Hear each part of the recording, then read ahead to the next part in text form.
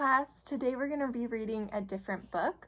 It's called The Old Woman Who Named Things, and it's written by Cynthia Rylant. That's the author, and then it's illustrated by Catherine Brown. So the author is the person who writes the book, Cynthia Rylant, and then illustrator is someone who draws the pictures or paints the pictures. So all the pictures were created by Catherine Brown. And this book is about this old woman who ended up outliving all of her friends. What do you think it means to outlive your friends? What do you think that means? It means that she got really old, and so did all her friends, and all her friends are now gone, and because they're really old and they died, but she's still alive, and she's the only one out of all her friends that is still alive, and look how old she is. So that's what it means. She outlived all her friends, okay? There's a word in here that we're going to come across. The word is clever. If you don't know what that word means, I'm sure a lot of you know what it means, but clever means really smart. And there's another word, the word bills, okay? Bills is a written request for payment of money owed. So you might have your parents might have a cell phone. They have a bill that they have to pay each month for their cell phone because we use all the data and stuff. So bills are something that we owe money on. And then one other word is tolerate. Tolerate means allow. So I want you guys to listen for those words, and hopefully it'll make more sense now that you know what those words mean. So I'm going to begin reading. The Old Woman Who Named Things by Cynthia Rylant.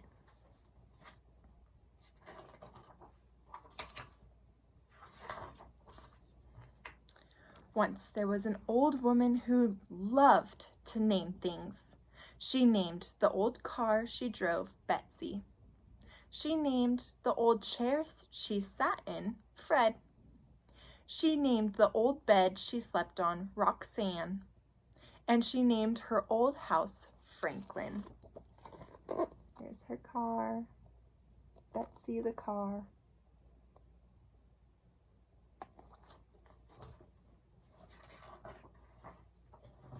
Every morning she would get out of Roxanne, have a cup of cocoa in Fred, lock up Franklin, and drive to the post office in Betsy.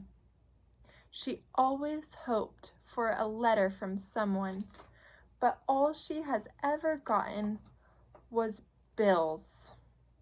There's that one word, bills. She just keeps getting bills. She owes money. She just wants a letter from someone. The reason the old woman never got any letters was because she had outlived every single one of her friends. This worried her. She didn't like the idea of being lonely, without any friends, without anyone whom she could call by name.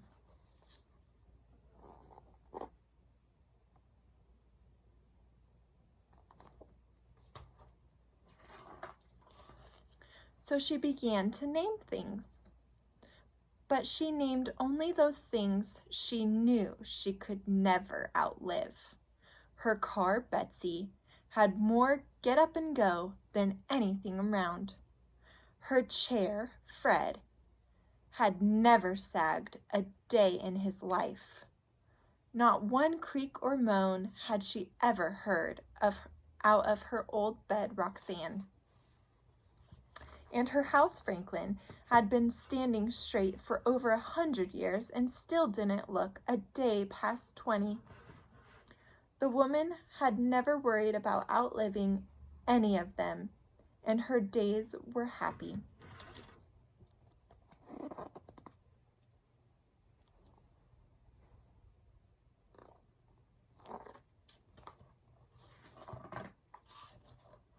One day, when the old woman was soaping some mud off Betsy, telling her that Franklin wouldn't want to be seen with a car that didn't keep its bumpers a little cleaner, a shy brown puppy came to the old woman's gate. The old woman had not named the gate because 2 of its hinges had rusted off, and she could tell the gate wasn't long for this world. The shy brown puppy wagged its tail. It looked a little hungry. The old woman stood beside Betsy and watched the puppy for a while. She said.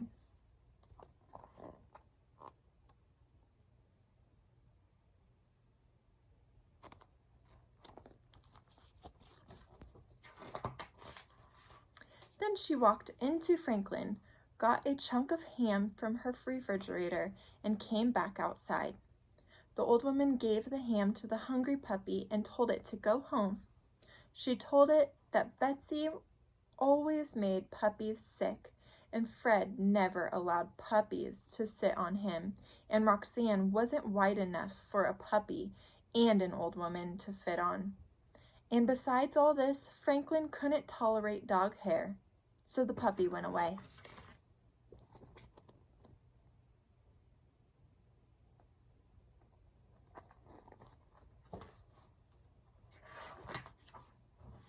But the next day the puppy was back. The old woman was sitting in Fred reading a book on everlasting flowers when she saw the puppy through her window. "Go home!" she called to the puppy. The puppy wagged its tail when it saw her. "Go home!" she called again. The puppy just kept wagging. The old woman noticed that it still looked a little hungry, so she went to the refrigerator. She gave the puppy a hunk of cheese and 2 biscuits. Then she told it to go home, and the puppy went away.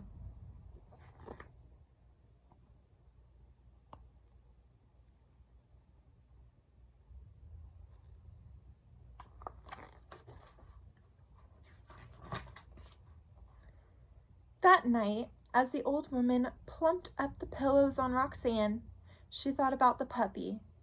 It was a very nice puppy, she thought. It was a very pretty puppy, she thought. But it couldn't stay.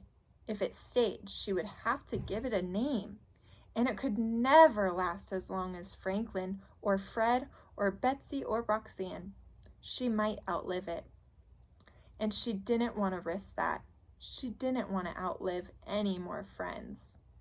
She would just keep telling it to go home.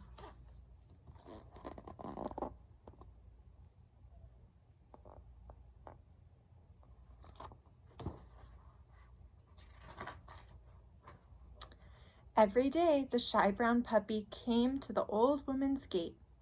Every day, she fed it and told it to go home. Always, it went away, and always, it came back the next day. This went on for many months. The puppy got bigger and bigger until soon it wasn't a puppy anymore. It was a dog, and it was still a dog with no name. In all this time, the old woman had gotten a new dresser that she had named Bill, a new wheelbarrow that she had named Francine, and a new concrete pig for her garden that she had named Bud. But the dog she faithfully fed at her gate every day still had no name.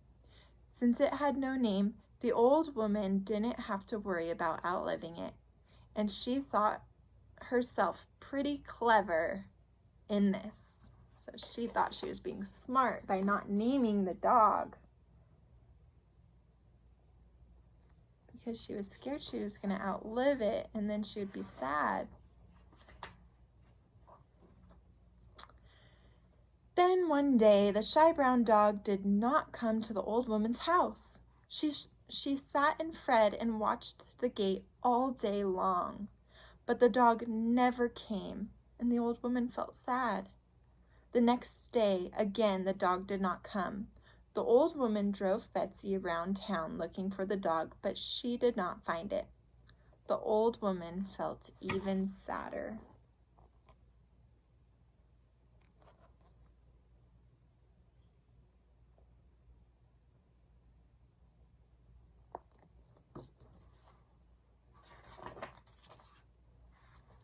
The The following day, when still the dog did not come, the old woman knew she had to do something. She picked up her telephone and called the dog catcher. "Have you caught any shy brown dogs?" the old woman asked the dog catcher. "We've got a whole kennel full of shy brown dogs, ma'am," said the dog catcher. "Was yours wearing a collar with its name on it?" "No," said the old woman sadly, and she hung up the telephone. What's happening in the story right now? What's been happening? Think about what's been happening in the story.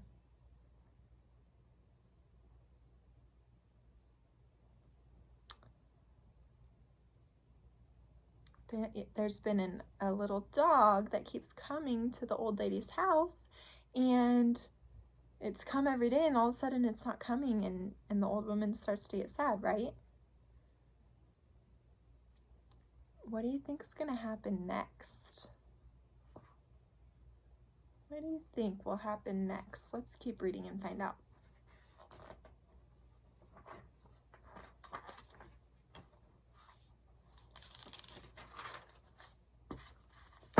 The old woman sat and thought about the shy brown dog who had no collar with a name.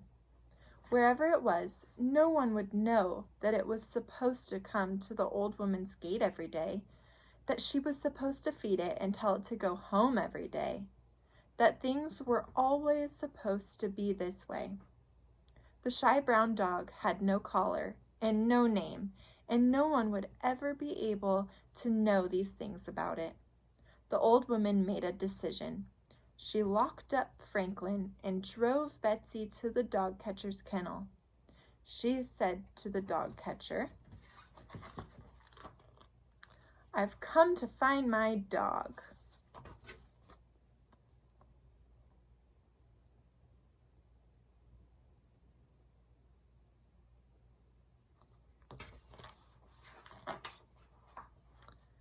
He asked her what color it was. "It's brown," she said. He asked her how old it was. "About a year old," she said. Then he asked her what its name was. The old woman thought for a moment. She thought of all the old dear friends with names who she had outlived. She saw their smiling faces and remembered their lovely names, and she thought how lucky she had been to have known these friends. She thought what a lucky old woman she was. "My dog's name is Lucky," she told the dog catcher.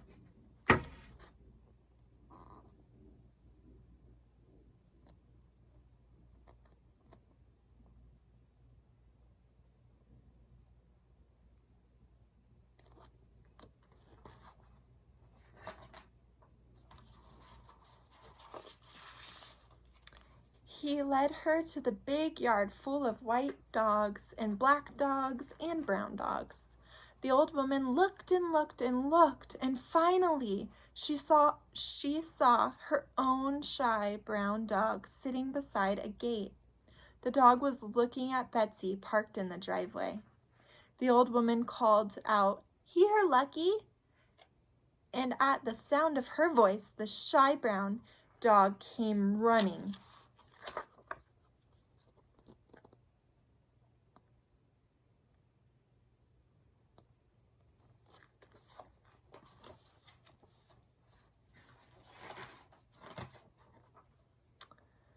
From that day on, Lucky lived with the old woman, and he always came when his name was called.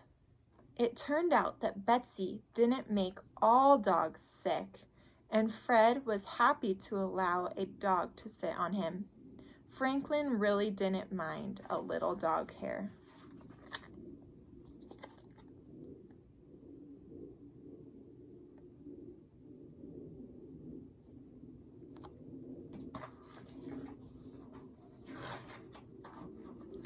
And every night, Roxanne was sure to make herself plenty wide enough for a shy brown dog, a shy, brown, lucky dog, and the old woman who named it.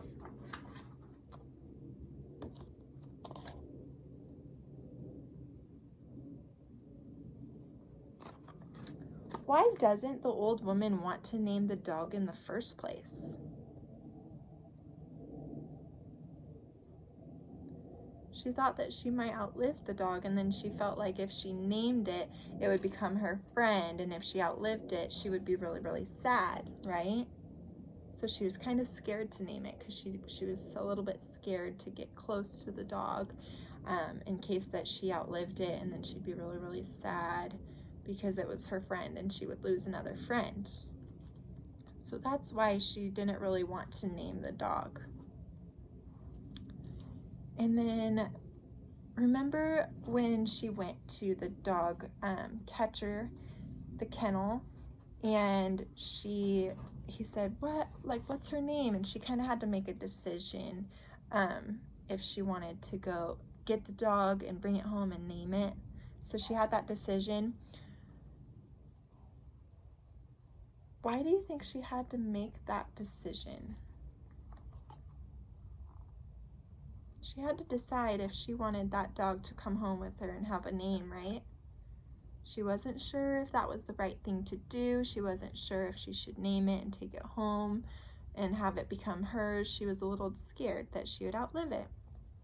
So she ended up making the decision to go to the dog kennel and get the dog and name the dog and take it home with her. And now Lucky is her dog and her friend. So that's the decision that she ended up making at the end of the story. So we're actually going to write an opinion paragraph about the old lady's decision. So I'm going to reread just a couple pages of the story before I explain what you're going to be writing about. So I'm going to go ahead and start on page 24. When the old woman sat and thought about the shy brown dog who had no collar with a name. So here's the picture. This is where we're at. The old woman sat and thought about the shy brown dog who had no collar with a name. Wherever it was, no one would know that it was supposed to come to the old woman's gate every day and that she was supposed to feed it and tell it to go home every day. That things were always supposed to be this way. The shy brown dog had no collar and no name, and no one would ever be able to know these things about it. The old woman made a decision. She locked up Franklin and drove Betsy to the dog catcher's kennel. She said to the dog catcher, "I've come to find my dog." He asked her what color it was. "It's brown," she said. He asked her how old it was. "About a year old," she said. Then he asked her what its name was. The old woman thought for a moment. She thought of all the old dear friends with names whom she had outlived. She saw their smiling faces and remembered their lovely names.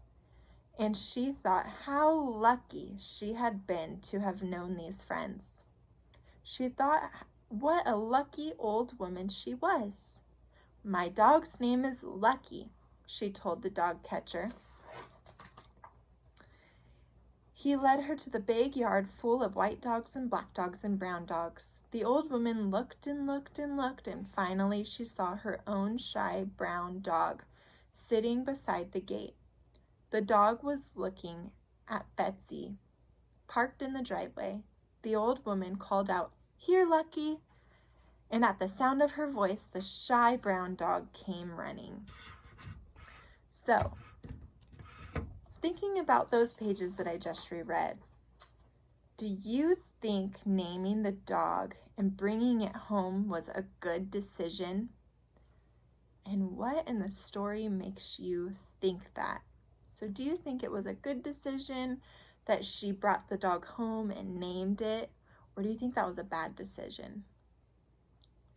So think about that.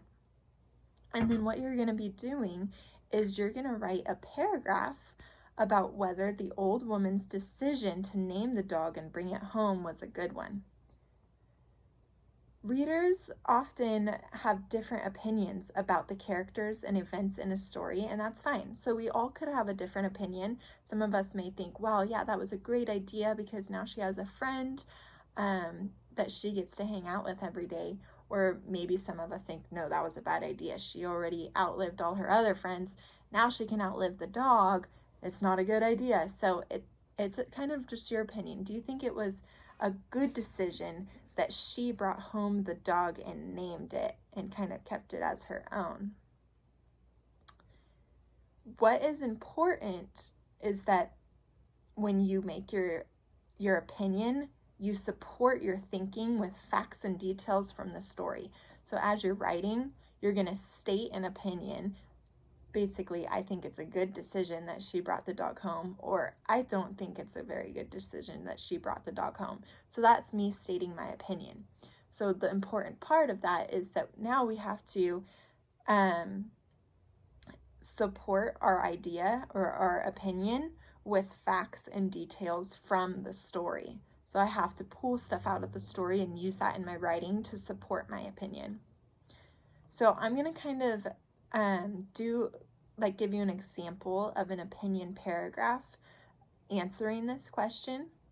And I want you guys to really listen and think about my opinion of the old woman's decision, okay? So we have to start with stating your opinion. So that's going to be your opening sentence for your paragraph. And like I said, I think that the old lady made a good decision for bringing the dog home, or I think the old lady did not make a good decision for bringing the dog home.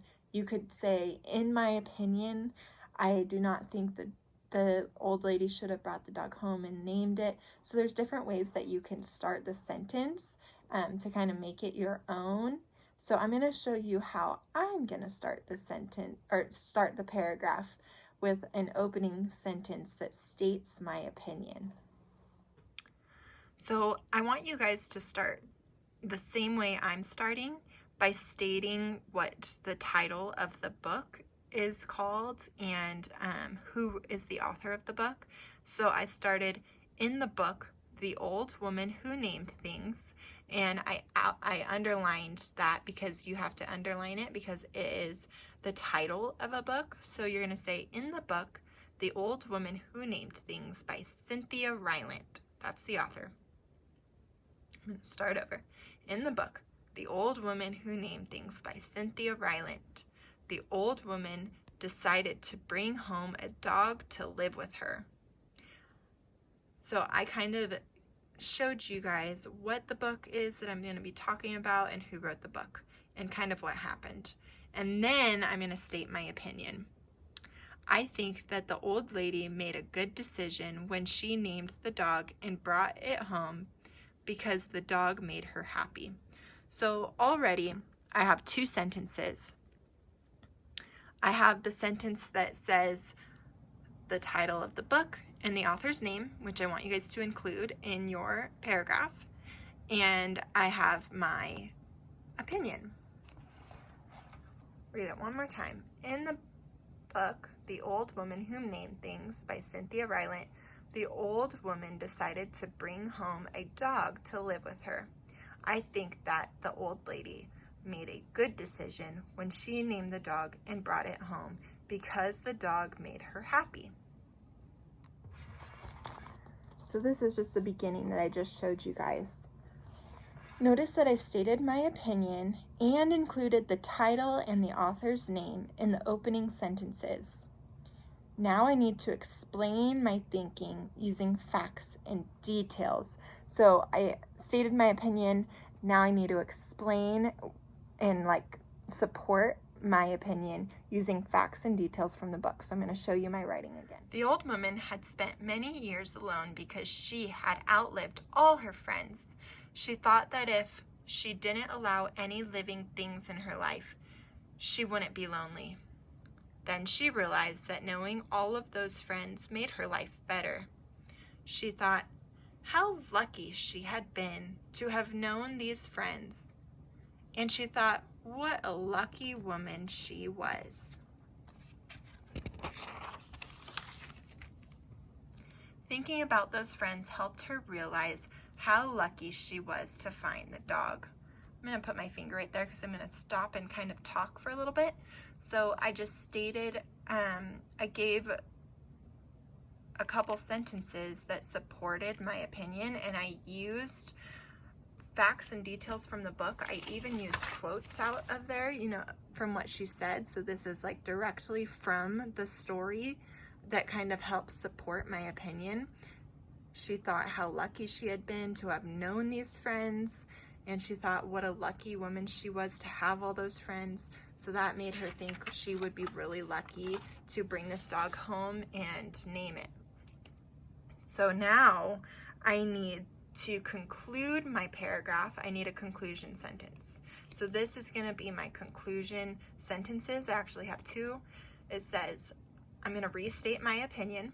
I think the old woman made the right decision. In the end, bringing the dog home made them both happy.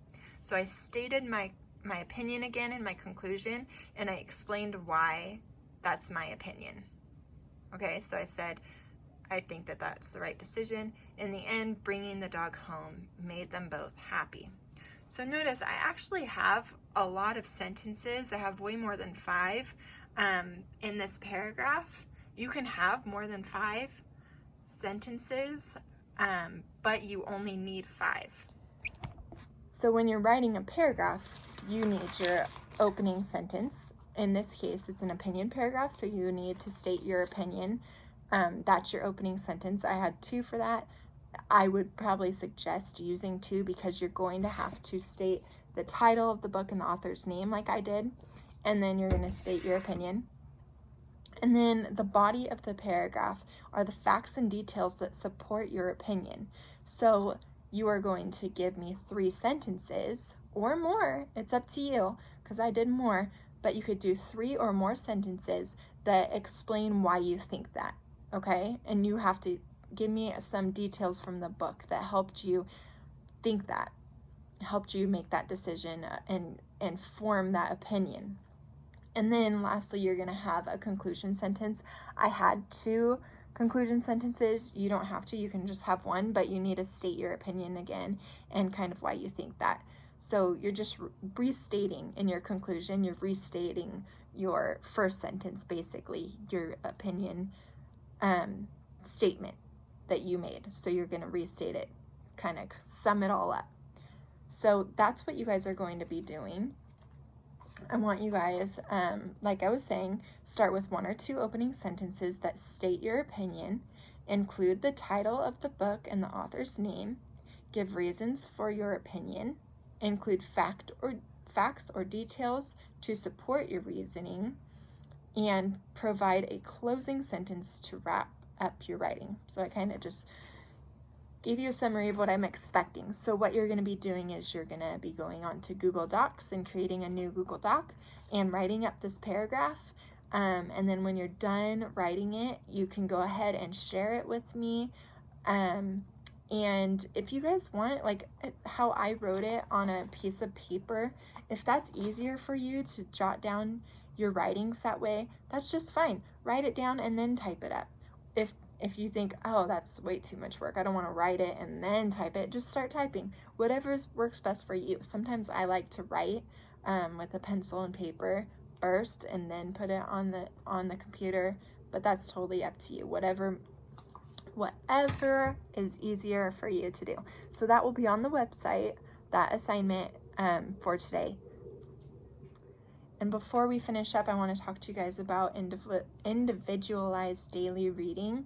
I'm going to sum it up as IDR. So that's individualized daily reading. That's going to be reading that you do independently. So IDR is a time when each student reads independently in a book that you enjoy. During IDR, you will read books that are at your own reading level and practice the reading comprehension strategies that you guys are going to be learning during these lessons. The more reading practice students do in books at their independent levels, the stronger they will become as readers. So maybe your reading level isn't quite up to 4th grade yet. That's okay. What you have to do is you have to read at your level every day. You have to keep reading every day, because as much as you read, the more and more you read, you're going to become stronger and stronger, and then you're going to see your reading level work its way up. And if you're already at 4th grade level, still keep reading, because you could work your way up to a higher level. You could be at 5th grade or even higher. So there's no limit to the level of books that you read. Just find something that you enjoy. You enjoy reading, you understand it when you read it, so it's something that you can comprehend, and something that is enjoyable, because I want reading to be enjoyable for you guys. I don't want you to think, oh, I don't like reading. It actually can be really fun. You just kind of have to find the right books that are right for you. So what you're going to be doing, you can do this now or later today. I want you guys to read silently for 15 minutes. So find a spot. Yesterday we kind of talked about where you like to read, what area in your home or wherever you are that makes you feel comfortable to read. Maybe it's outside, maybe it's just in your room, maybe it's on the couch, wherever you feel like you don't have distractions and just a place that you enjoy reading. I want you to find that place, and I want you to read for 15 minutes. You could read longer, but 15 minutes at least. And when you're done reading, I want you to think about what you enjoyed about the book that you read. So I want you to think about what you enjoyed most about that book that you read.